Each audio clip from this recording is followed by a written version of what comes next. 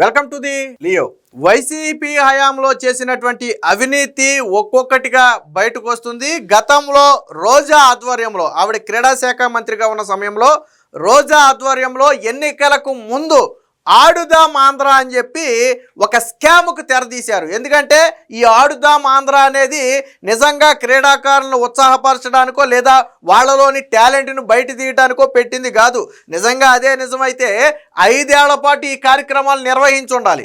కానీ ఎన్నికలకు సరిగ్గా 3 నెలల ముందో 6 నెలల ముందో యువత ఓట్లను గుంపగొత్తుగా పొందటం కోసం ఆడుదాం ఆంధ్ర పేరుతో వైసీపీ యువకులకు కిట్లు పంచేసి ఆ విధంగా ఓట్లను పొందాలని చెప్పి ఆ రోజు వాళ్ళు ప్లాన్ చేశారు.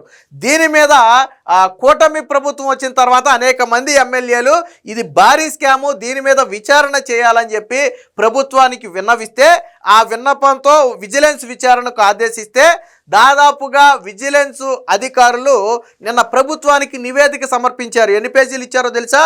30,000 పేజీల నివేదిక ఇచ్చారు. 100 పేజీలు 1000 పేజీలు కాదు. ఈ ఆడుదాం ఆంధ్రాలో 30,000 పేజీల నివేదికను నిన్న ప్రభుత్వానికి ఇస్తూనే విజిలెన్స్ అధికారులు క్లియర్గా చెప్పారు. ఏమని?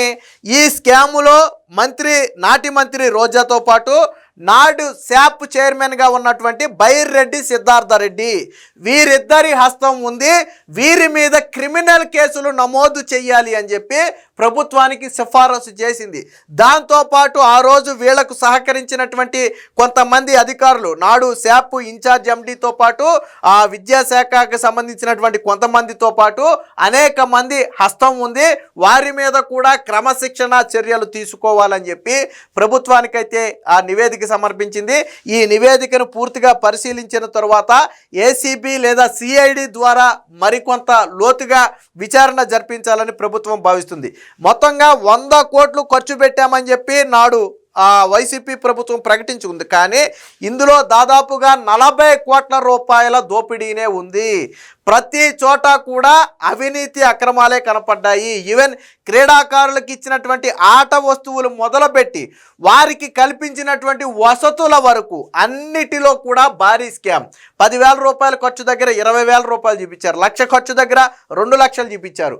ఇందులో ఇంకొక కొసమెరిపేంటో చెప్పనా? చివరిలో ఈ క్రీడల్లో విజేతలుగా నిలిచిన వాళ్ళందరూ కూడా వైసీపీ కార్యకర్తలే. అంటే సాధారణ క్రీడాకారులు ఎవరు కూడా ఈ క్రీడల్లో పాల్గొనలా. నిజానికి ఈ క్రీడలకు ఆదరణ రాలా. గతంలో అప్పట్లోనే మనం కొన్ని వీడియోలు కూడా చేసుకున్నాం. తుస్సుమన్న ఆడుదాం ఆంధ్ర ప్రోగ్రామ్ అని చెప్పి మనం అప్పట్లోనే కొన్ని వీడియోలు చేసాం. ఎందుకంటే దాదాపుగా 300, 400, 500 చైర్లు వేస్తే 5 మంది 10 మంది కూడా ఉండేవాళ్ళు కదా. వాళ్ళు కూడా ఎవరు? లోకల్ సచివాలయానికి చెందిన ఉద్యోగులు, అలాగే వైసీపీకి చెందినటువంటి నాయకులు. ఆడటానికి ఒక 50 మంది కూడా వచ్చేవాళ్ళు కాదు. ఒక ఖోఖో ఆడాలనుకోండి, ఒక వాలీబాల్ ఆడాలనుకోండి, అటు అడుగు ఇటు అడుగు 12 మంది ఉండాలి. గట్టిగా తిప్పి కొడితే 10 మంది కూడా వచ్చేవాళ్ళు కదా ఆడటానికి. అయినా కానీ ఈ సచివాలయ ఉద్యోగులనే క్రీడాకారులుగా కొంతమందిని అందులో దింపేసి వాళ్ళ చేత ఆడించేసి బిల్లులు పెట్టుకుని డబ్బులు వసూలు చేసుకున్నారు. అసలు జనం రాకపోయినా అలాగే భోజన వసతి కల్పించినట్టుగాను, ట్రావెలింగ్ సౌకర్యం కల్పించినట్టుగాను వీళ్ళు ఇష్టం వచ్చినట్టుగా లెక్కలు రాసేశారు. ఇంకొకటి ఏంటంటే అప్పుడు కలెక్టర్ల పేక మీద కత్తి పెట్టి, వాస్తవానికి కలెక్టర్ అప్రూవల్ కూడా కావాలి అదనపు నిధులు ఖర్చు చేయడానికి, కలెక్టర్ల పేక మీద కత్తి పెట్టి వాళ్ళ చేత బలవంతంగా అదనపు నిధులు కూడా ఖర్చు చేయించారు. సో ఇదంతా కూడా విజిలెన్స్ విచారణలో బయటపడింది. ఈ 40 కోట్ల రూపాయల స్కామ్కు సంబంధించి వీరి మీద క్రిమినల్ కేసులు నమోదు చేయాలని స్వయంగా విజిలెన్స్ విభాగమే ప్రభుత్వానికి సిఫారసు చేసిన నేపథ్యంలో ఖచ్చితంగా రోజా మీద అలాగే సిద్ధార్థ్ రెడ్డి మీద వీరిద్దరి మీద కూడా ప్రభుత్వం క్రిమినల్ కేసు అయితే నమోదు చేసే అవకాశం ఉంది. అయితే దీన్ని ఏసీబీ లేదా సిఐడి ఈ ఇద్దరిలో ఎవరో ఒకరి చేత ఇంకా మరింత డెప్త్గా విచారణ చేయించాలని చెప్పి భావిస్తున్నారు. దీనికి సంబంధించినటువంటి వార్త ఒకటి వచ్చింది, ఒకసారి చూద్దాం. ఆడారు అవినీతి ఆట, రోజా బైర్రెడ్డిపై క్రిమినల్ కేసులు పెట్టండి. ఆడుదాం ఆంధ్రపై ముగిసిన విజిలెన్స్ విచారణ. రాష్ట్ర ప్రభుత్వానికి 30,000 పేజీల నివేదిక. వైసీపీ హయాంలో ఆడుదాం ఆంధ్ర అంటూ రాష్ట్రంలో సాగిన అవినీతి ఆటపై విజిలెన్స్ నివేదిక ప్రభుత్వానికి చేరింది. ఈ వ్యవహారంపై సుదీర్ఘకాలం పాటు లోతైన విచారణ చేపట్టిన విజిలెన్స్ అధికారులు అవినీతిలో అప్పటి క్రీడా శాఖ మంత్రి రోజా, శాప్ మాజీ చైర్మన్ అయినటువంటి బైరెడ్డి సిద్ధార్థరెడ్డి కీలక పాత్ర పోషించారని నిర్ధారించారు. వీరిద్దరిపైన క్రిమినల్ కేసులు నమోదు చేయాలని ప్రభుత్వానికి సిఫారసు చేశారు. వీరితో పాటు అప్పటి శాప్ ఇన్ఛార్జ్ ఎండీగా ఉన్నటువంటి హర్షవర్ధన్ పైన క్రమశిక్షణ చర్యలు తీసుకోవాలని సూచించారు. అలాగే అప్పటి స్కూల్ ఎడ్యుకేషన్ కమిషనర్ అయినటువంటి సురేష్ కుమారు, మరొక ఐఏఎస్ అధికారి అయినటువంటి ధ్యాన్ చంద్తో పాటు రిటైర్డ్ ఐఏఎస్ అధికారిని వాణిమోహన్ పై కూడా తగు చర్యలు తీసుకోవాలని కోరారు. శాప్లోని ఐటీ విభాగంలో పనిచేసేవారు సైతం ఈ అవినీతికి పూర్తిగా సహకరించారని, వారిపై కూడా తగిన చర్యలు తీసుకోవాలని చెప్పి సూచించారు. సో ఈ నివేదిక మొత్తం కూడా ఇచ్చింది ఎవరయ్యా అంటే విజిలెన్స్ విభాగం. అన్ని ఆధారాలతో 30,000 పేజీల రికార్డుతో స్పష్టమైన ఆధారాలతో ప్రభుత్వానికైతే సమర్పించింది. సో ఓట్ల కోసం ఆటలు, ఎన్నికలకు ముందు ఓట్లాటకు తెరలేపిన వైసీపీ నేతలు ఆడుదామాంధ్ర పేరిట యువతను మభ్యపెట్టేందుకు ప్రయత్నించారు. కానీ అందులోనూ అనేక అవకతవకలకు పాల్పడ్డారు. నిధులను పక్కదారి పట్టించి జేబులు నింపుకున్నారు. శాప్ కూడా నిబంధనలకు తూట్లు పొడుస్తూ క్రీడాకారులకు అన్యాయం చేసింది. సాధారణంగా శాప్లో 16 ఏళ్ల లోపు వారిని సబ్ జూనియర్ విభాగంగాను, 16 నుంచి 20 ఏళ్ళు ఉంటే వాళ్ళని జూనియర్ విభాగంగాను, 20 ఏళ్ళు పైబడితే వాళ్ళని సీనియర్ విభాగంగాను ప్రకటించేవాళ్ళు.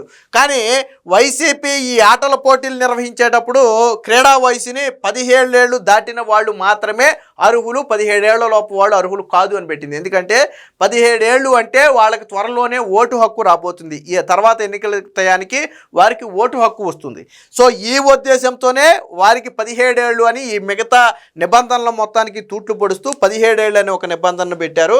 మరికొన్ని రోజులు అయితే వారికి ఓటు హక్కు వస్తుంది. ఆ ఓట్లన్నీ గుంపగుత్తగా తమకే పడతాయన్న ఆలోచనతో ఈ నిబంధనలు తీసుకొచ్చారు. అలాగే క్రీడా పరికరాల కొనుగోలు దగ్గర నుంచి ఆటగాళ్లకు కల్పించే వసతి భోజనాల వరకు కూడా భారీగా దోపిడీ చేశారు. మీకు గుర్తుందో లేదో ట్రోల్స్ వచ్చినాయి సోషల్ మీడియాలో. క్రికెట్ కిట్ ఇచ్చారు వీళ్ళు. 2 ball tennis balls, cork ball కూడా కాదు, టెన్నిస్ బాల్స్ 2 బాల్ ఆడేటప్పటికి బ్యాట్ ఇరిగిపోయేది. టెన్నిస్ బాల్ తగిలితే వికెట్ ఇరిగిపోయేది. సో అలాగా వాలీబాల్ ఇస్తే వాలీబాల్ మొదలుపెట్టి ఒక మ్యాచ్ అవ్వకముందే వాలీబాల్ బ్లాస్ట్ అయిపోయేది, పగిలిపోయేది. అంటే అంత నాసి రకం వస్తువులు ఇచ్చారు. ఇందులో కూడా మళ్ళీ రాజకీయం ఎలా అంటే ప్రతి వస్తువు మీద కూడా జగన్మోహన్ రెడ్డి బొమ్మ, నాడు ముఖ్యమంత్రి జగన్మోహన్ రెడ్డి బొమ్మ. ఎందుకు? ఇది రాజకీయ ప్రచారానికి ఉపయోగపడుతుంది. ఒక పక్కేమో క్రీడల పేరుతో దోచుకోవచ్చు, మరో పక్క పొలిటికల్ క్యాంపెయినింగ్ కూడా నడిచేస్తుంది. ఇక్కడ ట్విస్ట్ ఏంటంటే ఈ కిట్లన్నీ కూడా ఎవరికి ఇచ్చుకున్నారంటే వైసీపీ కార్యకర్తలకు ఇచ్చుకున్నారు. నిజమైన క్రీడాకారులకు ఇవ్వాల, ఇచ్చినా ఉపయోగపడవనుకోండి. నిజమైన క్రీడాకారులకు ఇవ్వాల, ఎవరికి ఇచ్చుకున్నారు? వైసీపీ కార్యకర్తలకు ఇచ్చుకున్నారు. సో ఇది కూడా ఎప్పుడు బయటపడిందంటే విజిలెన్స్ విచారణలోనే బయటపడింది. అది కూడా చూద్దాం. 40 కోట్ల నిధుల దుర్వినియోగం. అధికారంలో ఉన్నన్ని రోజులు రాష్ట్రంలో క్రీడలను అస్సలు పట్టించుకొని వైసీపీ ప్రభుత్వం ఎన్నికల ముందు మాత్రం హడావిడిగా ఆడుదాం ఆంధ్రాను నిర్వహించింది. ఎన్నికల కోసమే ఈ డ్రామాలంటూ అప్పట్లోనే విమర్శలు వచ్చాయి. 40 కోట్ల అంచనాలతో ప్రారంభమైన ఆడుదాం ఆంధ్ర పూర్తయ్యేసరికి 100 కోట్లు పైగానే తేలింది. వాస్తవానికి ముందు 40 కోట్లతో రాష్ట్ర వ్యాప్తంగా నిర్వహించాలని ప్లాన్ చేశారు. బట్ తర్వాత ఏం చేశారు? అసలు 40 కోట్లు కేటాయిస్తే మనకు మిగిలేది ఏముంటుందని భావించి దాన్ని 100 కోట్లకు పెంచారు. చివరికి ఆ 100 కోట్లలో వీళ్ళు మాత్రం 40 కోట్లు దోచేసుకున్నారు.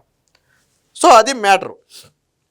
ఇంత భారీ ఖర్చుపై అప్పట్లోనే అనేక అనుమానాలు లేవనెత్తాయి. కూటమి ప్రభుత్వం అధికారంలోకి వచ్చిన తర్వాత ఎమ్మెల్యేల ఫిర్యాదుతో స్పందించిన ప్రభుత్వం విజిలెన్స్ విచారణకు ఆదేశించింది.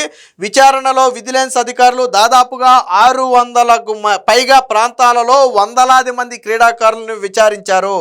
దీంతో 30,000 పేజీల నివేదికను ప్రభుత్వానికి అందించారు. ఈ క్రమంలో ఆడుదాం ఆంధ్ర పేరిట మొత్తం 40 కోట్ల మేర నిధుల దుర్వినియోగమైనట్లు విజిలెన్స్ అధికారులు నిర్ధారించినట్టు తేల్చింది. కొన్ని జిల్లాల్లో గ్రామ స్థాయిలో క్రీడాకారులకు 10,000 కేటాయిస్తే తమ సొంత నిధులు మరొక 10,000 ఖర్చు అయ్యాయంటూ మొత్తం 20,000 ఖర్చు చూపించారు. ఇలా ప్రతి స్థాయిలోనూ కేటాయింపుల కంటే 2 ఖర్చు చేసినట్లుగా చూపించారు. చివరికి కలెక్టర్లపై కూడా ఒత్తిడి తెచ్చి అదనంగా ఖర్చు చేయించారు. ఆడుదాం ఆంధ్ర ద్వారా ఎన్నికల పబ్లిసిటీ కోసం ఆయా వస్తువులపై జగన్ స్టిక్కర్లు వేశారు. క్రీడాకారులకు నాసిరకం కిట్లు సరఫరా చేసి భారీగా నొక్కేశారు. విజేతలంతా కూడా వైసీపీ కార్యకర్తలేనని విజిలెన్స్ విచారణలో తేలింది. అంటే వైసీపీ అంటే ఎవరు పాల్గొనాలి, నేను అదే చెప్పింది. వైసీపీ నాయకులే కొంతమంది యువకులను తీసుకొచ్చి వాళ్ళనే క్రీడాకారులుగా చూపించి అసలు పోటీ పడకపోయినా సరే ఏకగ్రీవంగా వాళ్ళనే విజేతలుగా ప్రకటించేసి వాళ్ళకి ప్రైజ్ మనీలు ఇచ్చినట్టుగాను గిఫ్ట్లు ఇచ్చినట్టుగాను ట్రోఫీలు ఇచ్చినట్టుగాను సృష్టించేసి భారీ స్థాయిలో దోపిడీకి పాల్పడ్డారు. ఏది ఏమైనా మొత్తంగా రోజా పాపం అయితే పండింది. అటు రోజాతో పాటు బైరెడ్డి సిద్ధార్థ రెడ్డి కూడా ఈ పాపంలో పాలు పంచుకున్నాడు. వీరిద్దరి మీద కూడా ప్రభుత్వం త్వరలోనే క్రిమినల్ కేసులు పెట్టి దీని మీద మరింత లోతుగా విచారణ చేయించే అవకాశం అయితే స్పష్టంగా కనపడుతుంది. Please subscribe to Leo news for more videos.